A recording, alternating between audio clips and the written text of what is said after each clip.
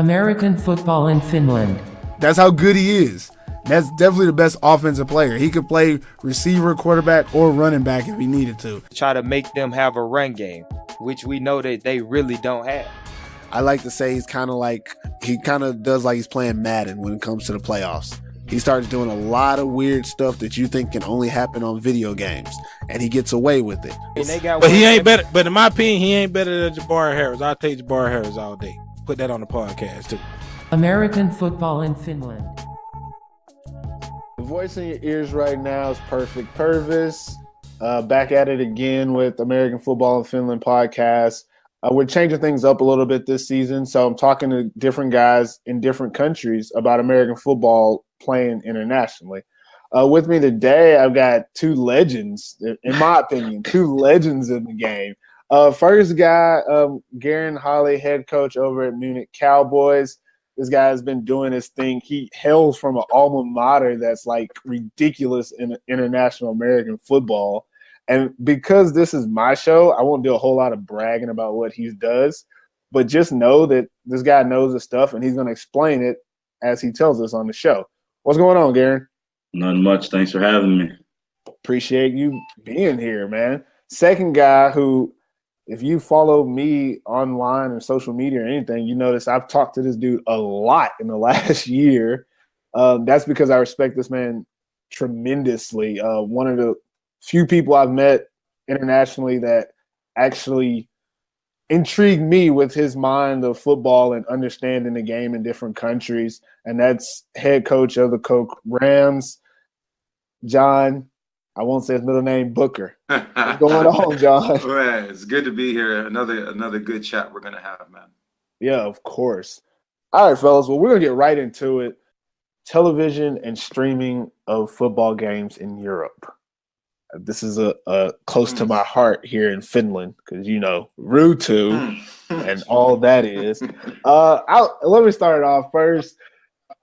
I've seen a crap load of streamed football games in the last like 4 or 5 years. Like it's a tremendous uptick from the previous like 4 or 5 years because technology is where it's at right now. So on a weekly basis, when the football season in Europe is going, I can click on my timeline and watch a game in Germany, a game in Austria, a game in Brazil, a game in Portugal, like just randomly. Obviously, the quality of the video varies depending on the different countries and what they're doing. Some are using a streaming service. Some people are on YouTube. Some people are just using Facebook Live. We had teams here in Finland where literally somebody would hook up their cell phone and point it at the screen and go live on Facebook. And that was how they streamed the game. But you're still being able to see it. It's possible, and we know it's possible now. So the real thing that I'm talking about with streaming and television of games is how can we increase and I guess monetize this avenue that obviously there's a want and a need and the technology is there. Here in Finland, we have this deal with the Ruutu subscription where technically the games are on TV. If you pay for this subscription, you can watch it through this service, and it's international, but you do have to pay a monthly subscription, which is between 20 or 30 euros per month to do it. So it's not that plausible, but some people do it. I pay for it because I live in Finland and I already use it. In some countries, I'm trying to say which country. Someone said that there's a game every week, like on the local television. Is that Germany? That's 2019. Oh, well. For 2018, every team has to have a internet stream. Well, there you go. You have. I think Sweden has like Friday Night Football. I think it's always streamed. That's what it was. It was Sweden. I was talking to someone. Yeah. I was talking to Josh Akina from Sweden. And he said that they have like a Friday nights on TV, like cable TV every week that you can watch the games. Now, for me, I think putting the games on TV is more of a way for people to watch it locally. And I think TV is great, but I also think that the market is bigger for streaming. Like what Garren said, like having all the teams stream it, you then give people who aren't there the opportunity to see how your sport is going. I think in Finland, a big thing that we have here is people don't know what football is like in Finland. There's no way to see it. Like the Ruutu is specific to Finland, so people can only see the highlights that are put on Facebook, but you can't see any games because we're locked into a contract with this television company. And I think that Finland football, there's a lot of myth to it, a lot of myth of like how good or how bad it is. And you can't find out until you get here. Ain't that right, Coach Booker? You can't find out what the football is like until you get here. And that's the thing that troubles me about the different countries, is because people are sometimes uprooting their lives to go to these countries and play and be a part of these teams. And they're basically going blindfolded or off of communications of someone saying, well, this is what we did and this is the type of team we have and this. And then you find out once you get there that that's not the situation. And we want to eliminate that. We don't want these like bad marriages. You have teams where a player was told, oh, well, we went to the championship last year, and then you get there on that team, none of those players are there. You don't have enough players to play in the game, and then you're told you also need to coach, and they didn't know. And if they had seen some of the games, they would understand that, yeah, that's the way that it is. What are a couple like ideas or ways you think that we can make American football more of a game streamed more internationally? Like, how do you think it's possible? Yeah, I mean, I think it's going that way. Like you said, the YouTube streams, the Facebook streams. There's some other online platforms that teams can use where they're not charging. I think that's a huge thing for me too, is, having been in Vasa myself, I always wanted to keep up on the Royals. And then I want to watch a game and it's the damn subscription. Yeah. I'm like, oh my God, that was bullshit, So yeah, it's definitely not trying to make money off that stream, just understanding, especially with so many former imports and current imports, their families and friends are gonna get up and watch that game. So I like the pay per view type thing. Like, I think when you think about like imports, families and friends, like, oh, hey, mom or dad, if you want to watch me play this game, you got to pay like $3 or $4, but you can watch me play this game. I think that's reasonable to expect that you would actually get people to watch it. I wouldn't have a problem paying $5 to watch a Swarco or a Germany game or something like that just in my free time. Like, it's not a big problem. When you have something like what we have it with the Ruutu, like a subscription. Yeah, that's not good. Yeah, it's just if you're gonna charge, keep it affordable. Like, don't get crazy with it. That's just gonna hurt you in the long run, because people are just not gonna want to do it, and they're not gonna revisit it. As long as they know they're gonna have to pay, out of pocket something crazy. Yeah. Yeah. Just if you do it, just make sure it's at least decent quality. It just can't be garbage. So. I mean, I don't want to be too controversial, but I do what you don't gotta actually do. Get it off your chest. I don't actually think there's a market for streaming in Europe yet. No, I mean, like, to pay for it. Like, I think a lot of people are watching German games because the stream, number one, is high quality. And number two, the football being played on the field is not necessarily relevant. And this is an idea I learned from Seppo in Vasa, that growing football has nothing to do with the actual game. To get more people to watch, to get more people to partner, it's going to have to become something like, if you've Coach Holley will tell you, game day in Vasa is not about football. There's bouncy castles for kids. There's music playing. There's halftime performances. Yeah, there's good rest. There's good food. Someone's parachuting out of an airplane, bringing the game ball down. It's an event. You know what I mean? Like, people are bringing their kids there as an event. Half the people, I would say, we actually last year, I think we had if there was 1,500 fans, maybe 1,000 are watching the game. The other 500, it's a social event, and that's where football is going to grow. If you think about America, we love football. NFL is king in America. But when you sit down with your family, how many people are intensely watching the game? Not very You know what I mean? Me personally, if I lived in America, I would not pay for NFL Game Pass.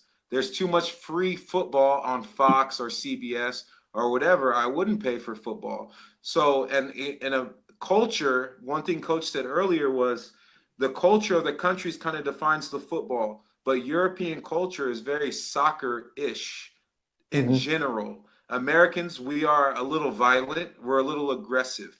We go to a football game and we want to see some violence. We watch race cars, not to see who's the fastest. We're looking for the crash. You know what I mean? Like, that's kind of our culture.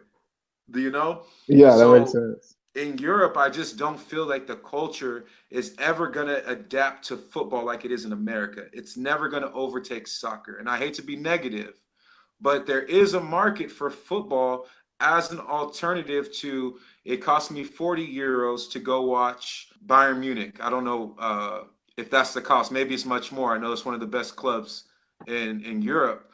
But if it costs me 10 euros to go watch Munich Cowboys, I could take my whole family to a sporting event that's entertaining for the cost of one ticket to go watch Bayern Munich. Let's go. Like, let's figure it out. I'll learn to love the sport. And then, like, from there, you get, like, once you have that true fan base, now you could grow into TV, you could grow into streaming and things like that. But I think we're kind of skipping the fact that in Finland, you know, a team brings over 20 imports, but there's 30 people in the stands to watch them. Like, why not invest some of that money into developing the sport? You know, like, have some advertising, give away tickets because you're not making money anyways. Mr. Perfect, Mr. Perfect, Mr. Perfect. If you like the AFF podcast, be sure to check out my website, perfectpervis.com, for more football. I have new articles published daily about football in Suomi, interview articles on import players from around the globe, and I dabble in the interest topics about different aspects of American football on the international level. If you want more football, go to perfectpervis.com and follow me as I observe football around the world.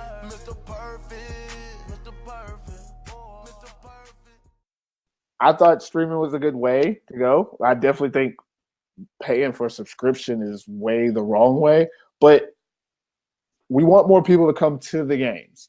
And like you said, it should be more of an event than just trying to get them to watch football. What are some ways? Like, you're competing with a lot of different things in certain countries. Like, you're trying to get people's free time to be your event instead of what they already have allotted for that free time. So how do we entice them to watch or come support football instead of, say, go hang out at the park with their friends? What are some ideas that you guys have?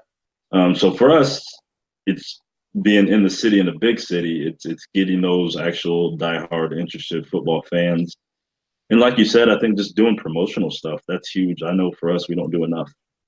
That's something I've actually got written down to bring up, you know, in the next board meeting. Like, you know, for 2018, what promotional things are we doing? What game day, like, events, like, are we saying so-and-so sponsor is sponsoring this game day?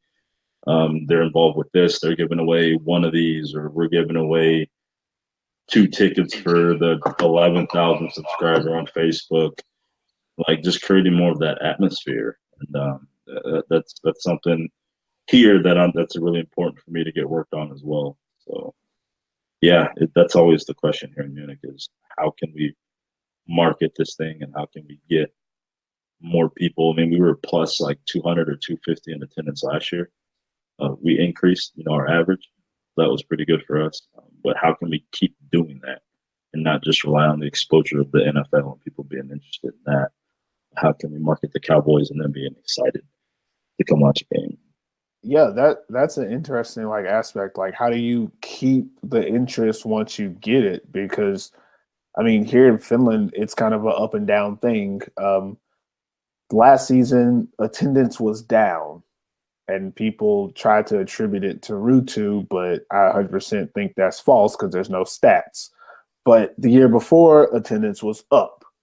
So, like, we had a dramatic drop, yet we don't have a plan to increase attendance. We just re-upped our Ruutu contract for the next 3 years.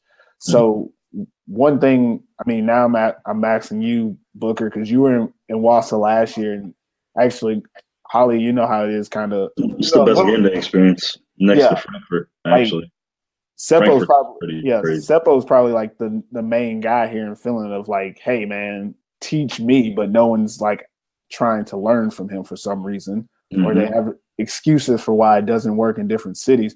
What are a couple things you can do to, like, keep that consistency up for the fan base?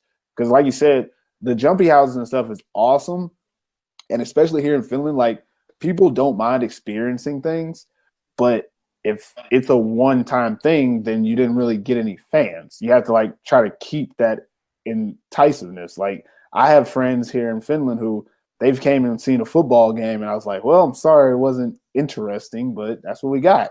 So I don't expect them to come back because it wasn't.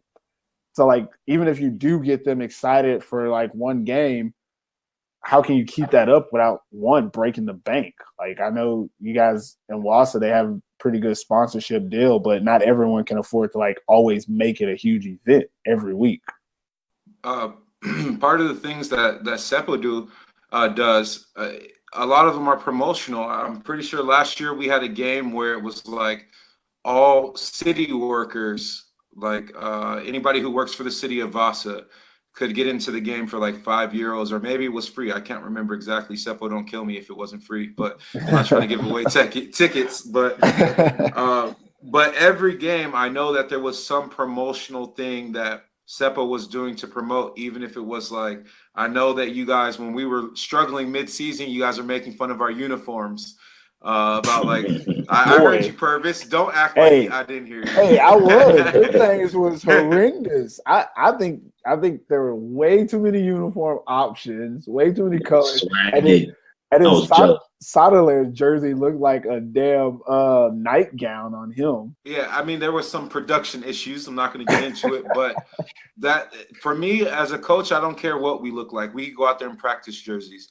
But for the fans, they care about that. Like the fans were voting one game, you know, what uniform combination we were going to wear. And there's like, you know, maybe 300 people commented on this, on like saying which uniforms they want to see at the game. And now they're a part of it. So one thing that I learned when I played arena football, the way that they really focused on developing a fan base was just being in the community and being a part of the community.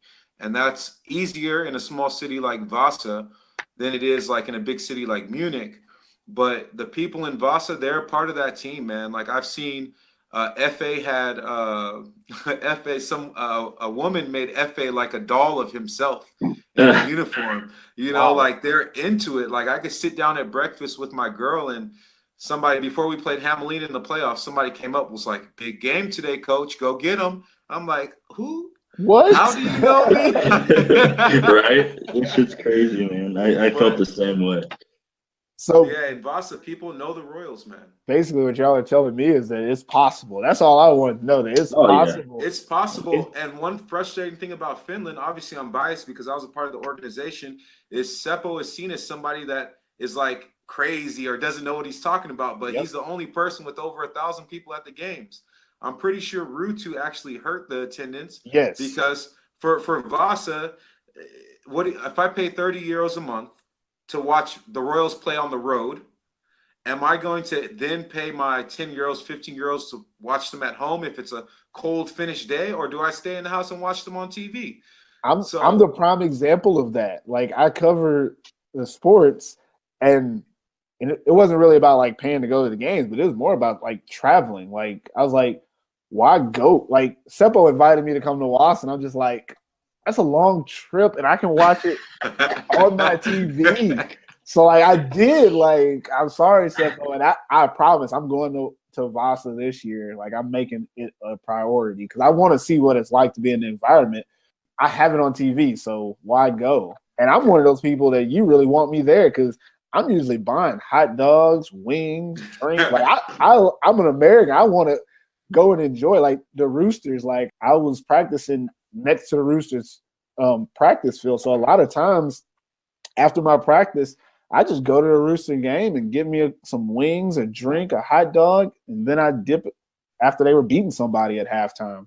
But that's revenue that they were getting from me, and I counted as a fan, I guess. I don't know how that worked. Yeah. But that type of stuff is difficult, but obviously it's possible. I guess the main deal about getting more people to the games is just consistently being out in the community. I think that's a great thing. Like people, if they know about the team, and even in a big city like Munich, Garren, like obviously you can maybe carve out a certain part of the community. I don't know. When I spent time in Basel, I'm not sure how big Basel is, but it's very multicultural. And there were certain parts of the city. There was 2 teams in the city. which I found was crazy. But in certain parts of the city, you could see promotion and the team was there. Like there was things going on and people knew who we were. We got into certain places for free and stuff like that. And they didn't take over the whole city, obviously, but there were certain parts cut out that you could tell that's where the team had an imprint, and that's where the fan base came from. Obviously, the numbers weren't high, but we usually had around like 300 or 400 people at a game, which at that time, like 2011, was nothing like Vasa in the 1,500. Or how many do you get out there in Munich to your games? I think this year we averaged 12. 1,200? A little over 12. It's not bad. I think. Yeah. In Finland, most teams averaged around like 250. Very different depending on where you are in this country. Considering like Tampere, their crowds usually aren't that impressive. Tampere, Seinäjoki, Turku, everyone besides the Roosters and Vasa did not really have crowds. Seinäjoki might have the best stadium. Awesome stadium with nobody in it. I hope you're enjoying the show so far, but I have to take this time to give some of my listeners a much-needed wake-up call. It's 2018, people. If you're listening to this podcast from a link, you're doing it wrong. Just follow American Football in Finland on the Podbean app and get instant notifications when new episodes are published. If you're too lazy to use the Podbean app, that's okay. AFF is also on the iTunes podcast app. So just type in American Football in Finland and click the subscribe button. Don't forget to give me a 5-star rating while you're at it. And Android users can subscribe on Google Play. It's 2018, people. Keep up. Development of the players. We're all three of us, I think, are on the same page about developing domestic players. You want to develop the players you have so that you don't have to rely on buying imports or getting supplemental players from other countries. Practice versus game experience. It's a hot topic because a lot of players and a lot of even coaches prefer one to the other. I think practice experience is a little bit more necessary than game experience, depending on the level of the player. I think if I have a player who's only been playing for a couple of years, I want him to have a lot more practice than game experience, because in practice, I can control the environment. I can give him way more situations than he'll see in a game. I know from my experience playing in the States and even playing in Europe, practice is supposed to be harder than the game. Therefore, if you can be good in practice, the game should be a breeze and your development should go accordingly. But if a lot of these players are being thrown into games, say here in Finland, you've seen it, Booker, you play against a team where half their team is 17, 18 years old because they don't have enough players.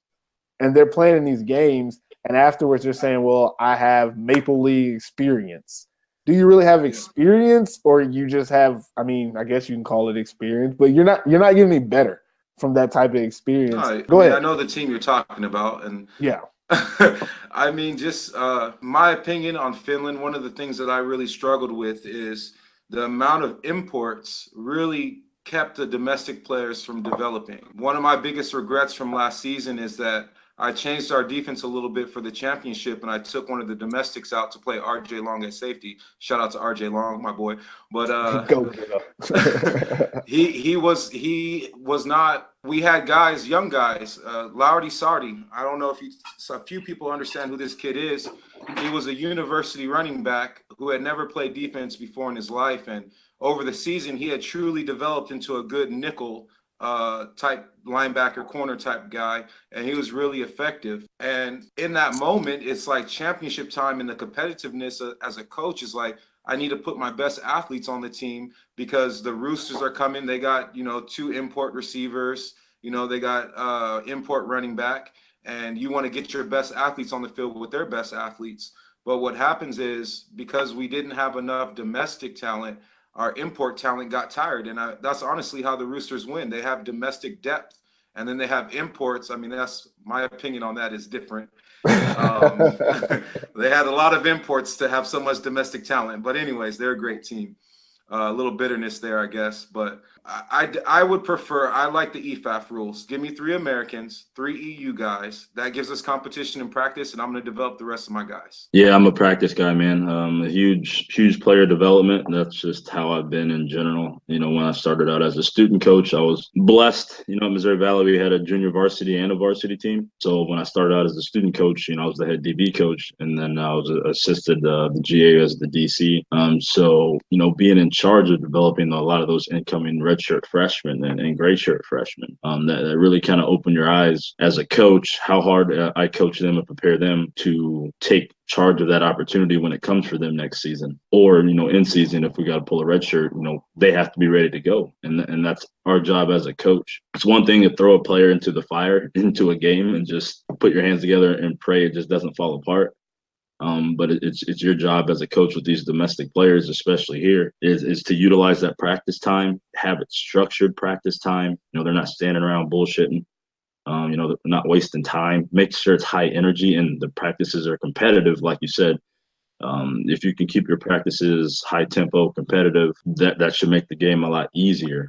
And they're understanding the competitive side of it, that they're earning that playing time in the game. I'm not just going to give you playing time. Like, you got to earn it. Let me ask you right there, Garren, because you're actually on a really good track talking about the how to do the practices. I've played on a lot of different teams here out in Europe, and obviously my experience always comes back to Finland because I'm damn near Suomian now. When you're having these practices, how do you think these practices should be done so that we can actually develop the players during practice? Like you said, like, you want competition and high tempo, but there also needs to be that teaching time as well. Mm-hmm. I've been to a lot of different practices where I'm seeing teams go through, okay, they're doing individuals and they're going through the motions. Then they go through a pass scale. They yell when passes are dropped or when someone gets beat, but there's no fixing the actual technique. Oh, well, we should have been in cover 3 instead of cover 2, or you're supposed to go there. And that's your coaching technique to it. Mm-hmm. And then you just go through the motions. Over time, is this actually experience? Like, that's how some people can say that, well, I prefer the game because I can learn from that. In practice, it's so organized, or it's so the same thing every day. How can we actually develop these players during these practices? Yeah, I think as a coach, it's how you structure it. Myself, I'll run through it real quick. We warm up. I'm not a huge indie guy, especially in the middle of the season. You know, you got to get prepared for a game, so you can't be spending an hour on indie. And I hate the hour straight of indie. That actually blows my mind. That's like the worst thing you can do for a player, in my opinion. So we generally warm up. We go 15, 20 minutes of indie. We'll jump into a crossover session, whether it's full 11 on 11 or some type of pod group work. Jump back into another indie session. Jump into another group session, indie group. So that way the coaches can build their indie sessions based on what crossover we're going into. So if we're going into inside run, linebackers, D-line, you know, they can work on run stuff. DBs will do whatever because we'll do one-on-ones when they're doing inside run. So they'll work on their EDDs. They'll do some man stuff, go into one-on-ones. Okay, and then the next crossover is 7-on-7. The next 10 to 15-minute period is working our zone coverages or pass for drops for linebackers. And then we get into pass rush for the D-line. So that way we can build going into every crossover. So there is teaching, and then they can utilize what we just went through in the next crossover session. And then here in Munich, what I'm really working on is filming practice. We were able to film probably about 30% of our practices last year with one of the youth coaches' dads, who was able to come, and he had a drone. So we were able to film our crossover stuff. But next year we're coming up with some stuff to be able to film every practice that we have. So there's teaching on top of huddle. There's progression going into all the crossover. And then I tell my coaches, we really don't slow the crossover stuff down. We'll coach on the fly. And a lot of our players do a good job because they want to learn. They want to be better at that. They ask questions. So they know if they messed it up, you know, they run over real quick. Hey, coach, this and that. And you tell them, they're like, yep, you know, you're right. Boom, you're done. So that's really how we do it in Munich. Yeah, Coach Holley came out to Vasse and got to witness me in action. It's a little crazy. It's much different when you're the only coach, obviously. But in terms of build-up, man, what Coach Holley is talking about is so critical, and it's really, really overlooked. I structure practice similarly. if I can talk.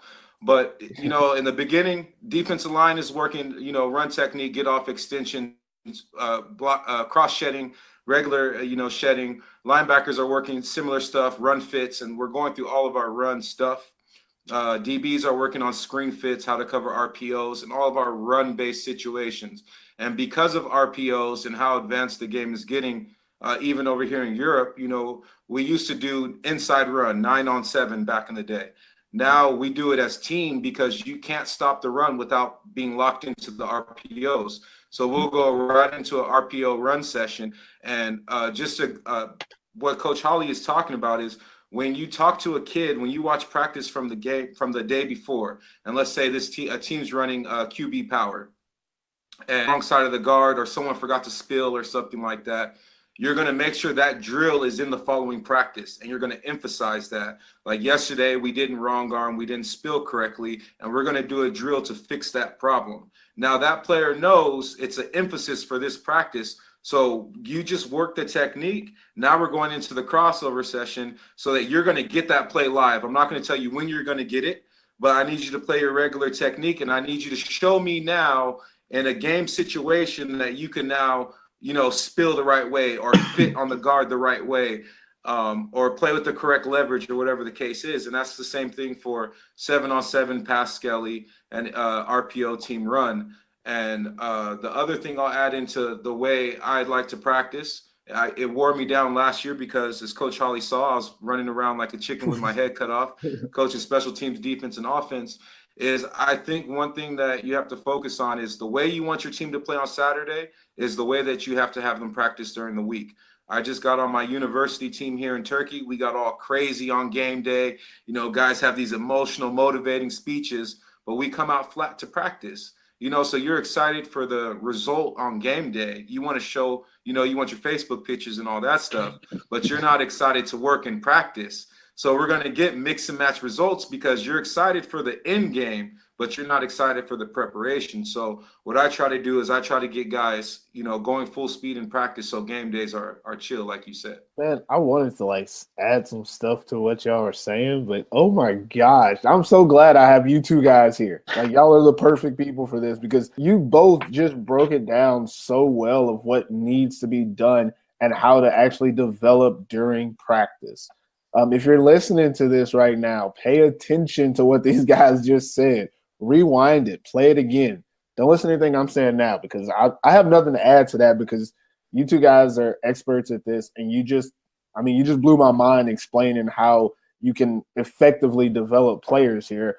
And it's refreshing to see because the traveling I've done has been pretty standard of teams of just, like you said, they'll do Indy, some slight crossover, team, Pascal, a little bit of crossover, Indy, get out, team at the end, and then maybe red zone or something, then they're done. And it's like over time that becomes repetitive. Booker, you said that you adjust off of what you saw in film. The next practice, you're going to fix things. Here, well, not just here, but in different places, that's not necessarily the case. Film is very important. And I feel like that's something that's really been overlooked in Europe is film in practice. That's definitely one big thing. Film in practice and being able to see what you're doing wrong. Because I know me as a player, I was one of those guys, coach can tell me what he wants to, but I know I did it right. But once that film came out, it's like, well, you got to eat that crow. Yep, you got me. The eye in the sky never lies. Never does. Ain't nothing like rewind and talking shit to a player. Like, would you hear it? Would you tell me? If you're listening to my voice right now, you're in the middle of another awesome episode of AFF. Why am I interrupting you right now? Because I got bills to pay.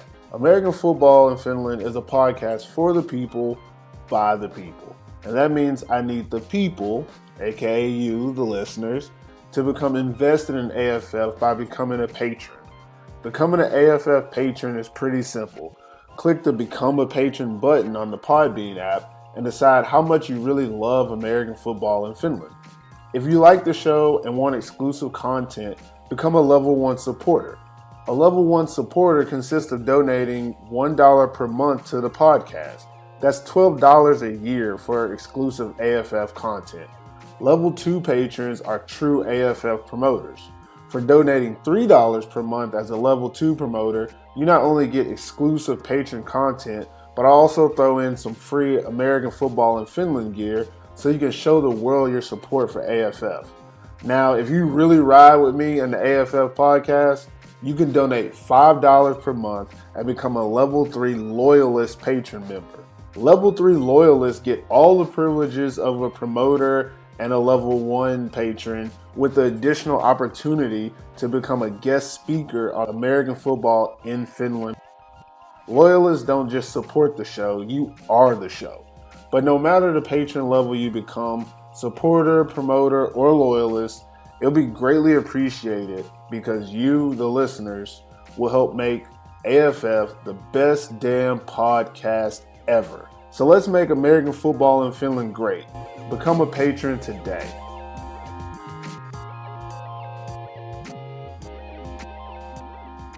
An important issue regarding film, there's different types of film. And I think people don't understand that there's so many different ways to view film and so many ways to have film. You got film that you're using to self-scout. You got film you're using to scout your opponents. You got film you're using to recruit players. And then also you have those highlight films that are just glossy and fun. Now, with these different types of film, what are you guys looking for in each type? Let's go into practice film first. If it's in season and going into a game, in season, obviously it's what's our focus for that week to stop our opponent. What's our focus for that week to put points up on our opponent. Are we executing our game plan? Like as you're installing on Tuesday, out of our base package, does our base package stuff look clean like it's supposed to look? Because that's supposed to be what we can run without fail. Okay, the stuff that we're utilizing to attack this team or stop this team, how is the new install going in for the week? Is it just your typical first day mistakes, or we just absolutely look terrible doing it? So we're gonna have to find a solution for this next practice going into that game. That's kind of really what I look for. I always look to make sure we're running our base. Our base defense always has to be anything. A team goes no huddle on you real quick. Everyone's comfortable. For me, I have a tendency, and I've heard this comment from multiple Finnish people. It blows their mind. I have my system offensively and defensively is highly flexible. So we can show up in 21 personnel one week and be 10 personnel the next week without missing a beat. And so what I like to do is I like to put a lot into the game plan, all the best things I like against who we're playing. And then I'll see what we're good at and what we're not good at, and I'll just rip the game plan apart from the first practice. So if I want to throw, let's say I like a flood concept, whatever, offensively, and I'm looking at our quarterback going through his progression against the coverage he's going to see in that situation, and it looks iffy. It doesn't look confident. That's out the game plan. Let's go back to what we do basically, And so outside, you're always checking technique, alignment, assignment, all the cliche things you can say. Always checking the basics, but the advantage of practice is you can see your game plan being effective or ineffective during the week, so you can make the appropriate corrections during the week, because without that practice film, there may be something a player's done the whole week, and then you get in the game and he does it and it's a touchdown, and you're like, damn, why did you do that? And he's like, Coach, I did it all week. And you're like, and you're like, all right, my bad, I didn't catch you. Yeah. Practice film is a little bit high end for a lot of teams. A lot of teams don't actually record practice, but almost everyone now has a huddle account and they get their opponent's film. Now, when it comes to scouting, like locally in Europe and even when I was in Brazil, like the domestic players don't necessarily understand what they're looking for when they're looking at another team. They're like, okay, they ran this play. Cool. Next play. Like, that's how they watch the film. Like, this is what they ran. Oh, like they ran this play a lot. Yeah, they watch it like it's a movie. Like a movie. Let's kind of go through how you're supposed to watch a film. I mean, I'll start this one off a little bit because I didn't say anything about the last topic. When you're watching film on your opponents, that's what you're doing. You're watching to find out what your opponents are doing, what they're good at, what they're bad at. Now, on the basic level, you want to know their plays. Yes, you want to know what plays they run. But you can't just stop there and be like, okay, they run this. How about what they run against what we run?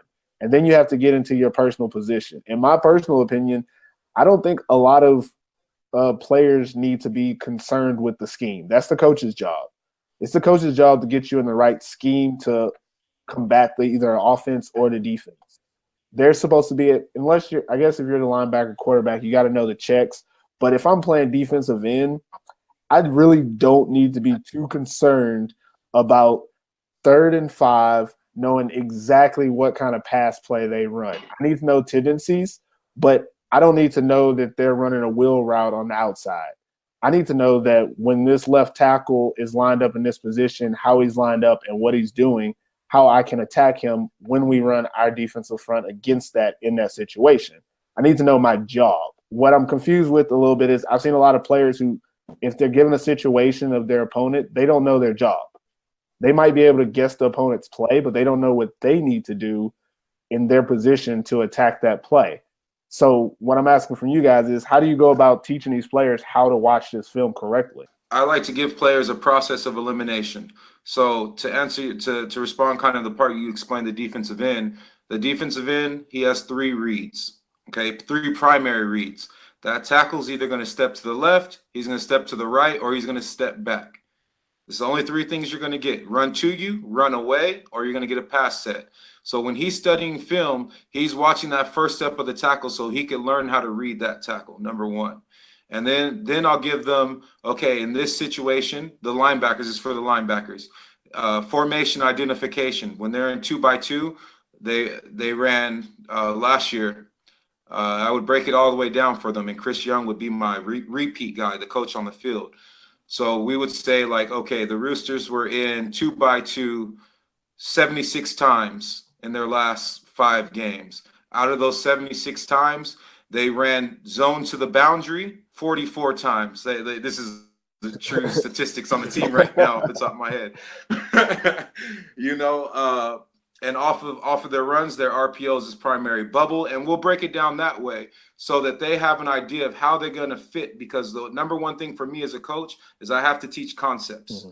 So just to tell guys like they're running zone, well, what the hell does that mean, coach? Exactly. If you don't teach them the concept of the zone run and how to fit into it within our defensive scheme, there's no point in me saying, oh, like I hear coach all the time, they're running counter. Like, okay. What does that mean? Coach, what does that mean? Do your players know what's the difference between a zone scheme and a gap scheme?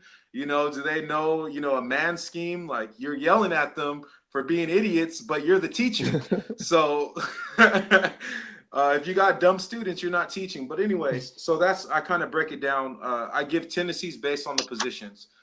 Corners last year, my secondary, we did a lot of pattern matching, and they got to the point where we're reading splits and up when they want to run certain routes. I'm not going to give certain secrets away of teams in the Maple League, but there was a certain air raid team, shout out to Stan Bedwell, that had some splits that kind of told you where the ball was going to go. But I mean, everyone has tendencies. It's just a matter of you finding it and then dumbing it down for your players to understand it. For me, I do all of our breakdown for the defense here. So for me, I'm a personnel down distance formation guy.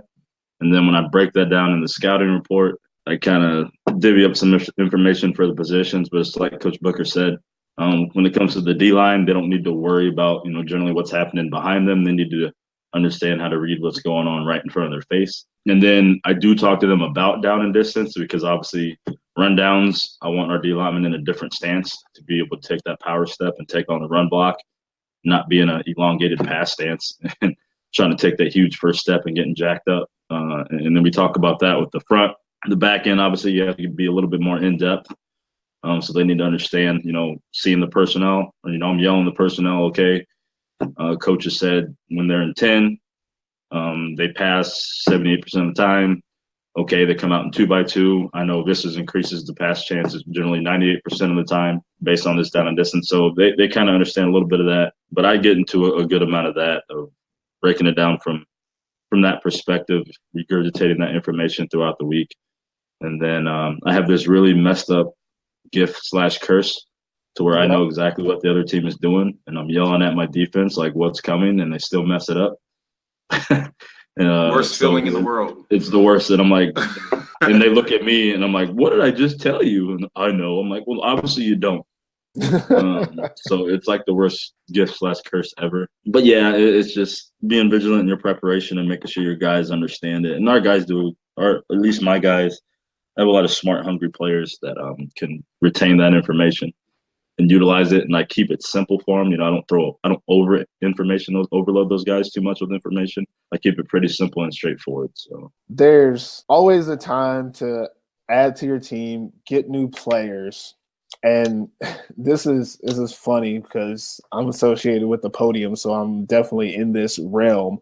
You have all these highlight films out here, and people are putting out highlights and saying, hey, you should put me on your team. Look at my highlights. Now, I am avidly against recruiting from highlight videos.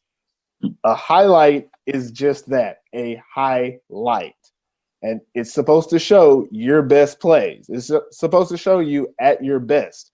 Why would I assume that I know what kind of player you are if I only see the best plays you have? I don't see you getting beat. I don't get to see maybe your most fundamental work. You outrun somebody on a play because you're faster. That's on your highlight. But what do you do when you come to my team and you're not faster than people? I don't get to see that. I don't get to see how you deal with adversity. What do you guys look for when you're trying to recruit a player and you're looking for film? Let's say you can't get film on a player. You can only get that highlight.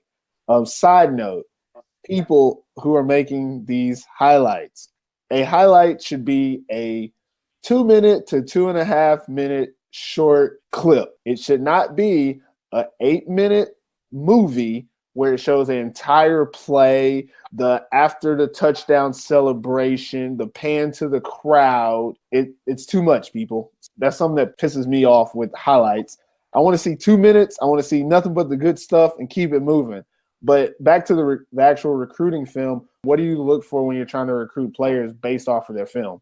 Yeah, even from my time in the States, having to do a lot of recruiting. I actually enjoy recruiting. So I actually take a lot of pride and joy in that. Like you said, I generally don't watch a full highlight tape of a player because sometimes it's just too long. And I generally can see what I want to see in within the first minute of watching those clips. What I look for is obviously, base mechanics, based on whatever position it is, base mechanics, base techniques. How competitive are they just from a defensive standpoint as just a DB coach back in the day?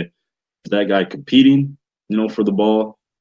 Technique stuff is whatever because we're all teaching different techniques for the most part. Never dock a player for that because if that's what they're being taught, that's what they're being taught. It's my job to change it to fit that player in, to what we do. And if I can't, I got to find a way to make it work. Yeah, but I generally just look, are they competitive? Generally the film doesn't lie. Like, is he a good player? Yeah. The level of competition sometimes. Some coaches are really buy into that, like, oh, well, the level of competition is not that great. I try to just look holistically at the player, just really talk to them and get to know them more than anything. I don't just watch them and get wowed and then like, oh, that's our guy. I got to talk to them, do a little bit of research on the character. And then game film is game film. That really is not gonna lie to you too much. It could have been a bad game, could have been a good game for him, But just to add on to your what to do and what not to do with your highlight film, if this is a highlight film for your family and you want to show them you're playing good, that's cool. You could put graphics and whoever, Waka Flocka, whoever you want on it. But if you're trying to be seen as a professional looking for a job, I don't want to listen to how can I put it? I don't want to listen to some ignorant song, which I'm not saying I don't listen to it from time to time, but I'm saying like as a professional, like the huddle soundtracks, they're just fine, or no soundtrack at all. If you can play, a coach is going to watch your video. But anyways, that's my side rant. But like Coach said, you're just looking for, number one, I look at natural ability. In Europe, a lot of times you have to kind of project what you can mold from a player. A lot of guys are not finished products. So when I'm looking at European imports, I'm looking at their potential, number one. Very rarely will you find an EU guy that's a finished product where you're like, okay, you are the man and you're going to come in right now and like I'm going to coach you, of course, but like you're a finished product. Most EU guys are like, all right, look, I'm going to sign you, but you need to work on this. So you're really looking at them as like projects. As far as game tape, Game tape for me, the difference is a highlight film is going to show you their ability. A lot of people say I won't watch a highlight film because it's not real. That's still the player. You know what I mean? He's still making plays. That makes sense. But the game film, it should just confirm it. It should confirm his more than anything is more of his attitude. Does he really love the game? You know, if you're looking at the situation, is he really playing hard consistently? Is he making those splash plays throughout the game, or is he a 1 or 2 hit wonder per game? And so you definitely have to have both, but unfortunately sometimes you have to make a decision based off a highlight film because, like you said, taping practice is a luxury, which still blows my mind. But some teams, some guys like UK, I'm going to throw them out there. UK film is horrible. Yeah, horrible. You know, like there's some talented guys in the UK, and you can see their ability, but you know, someone's filming with their Samsung Galaxy, and it's not even the newest one.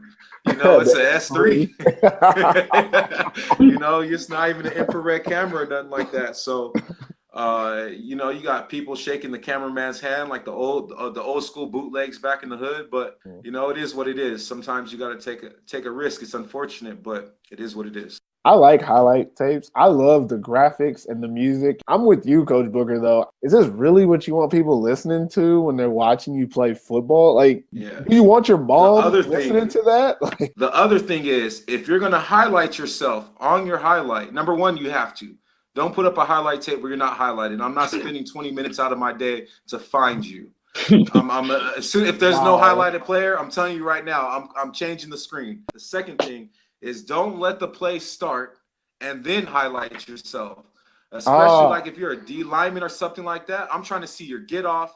I'm trying to see your stance. I'm trying to see how you're reading.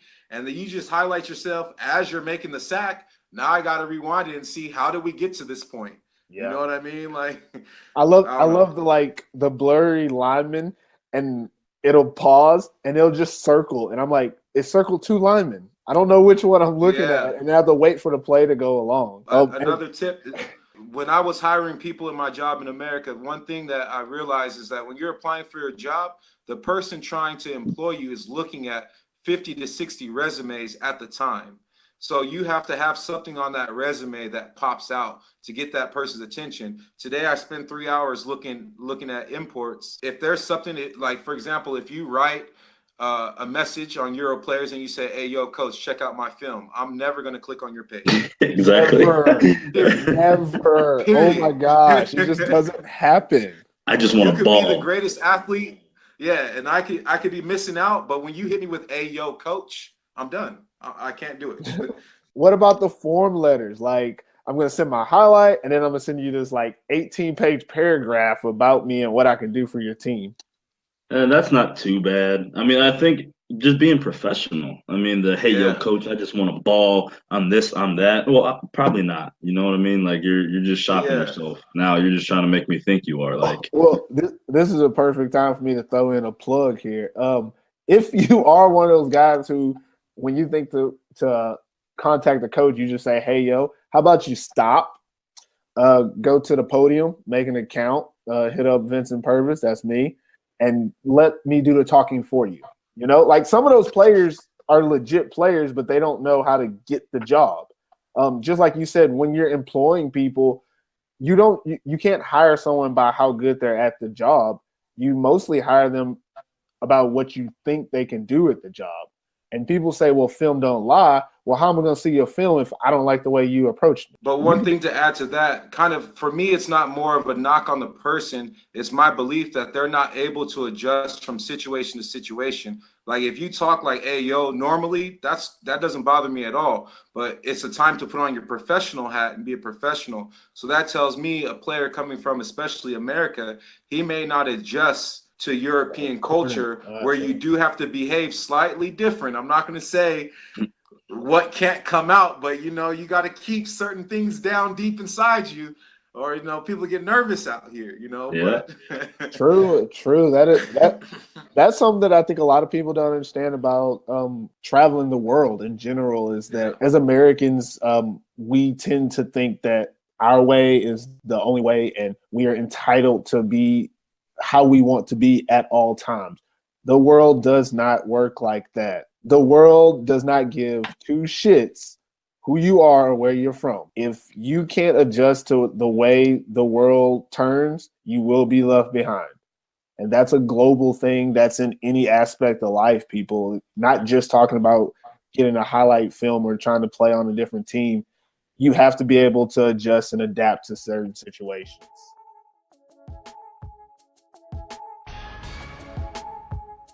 American Football in Finland is now on iTunes. Please rate the show and subscribe today. If you really like the podcast, follow AFF on the Podbean app.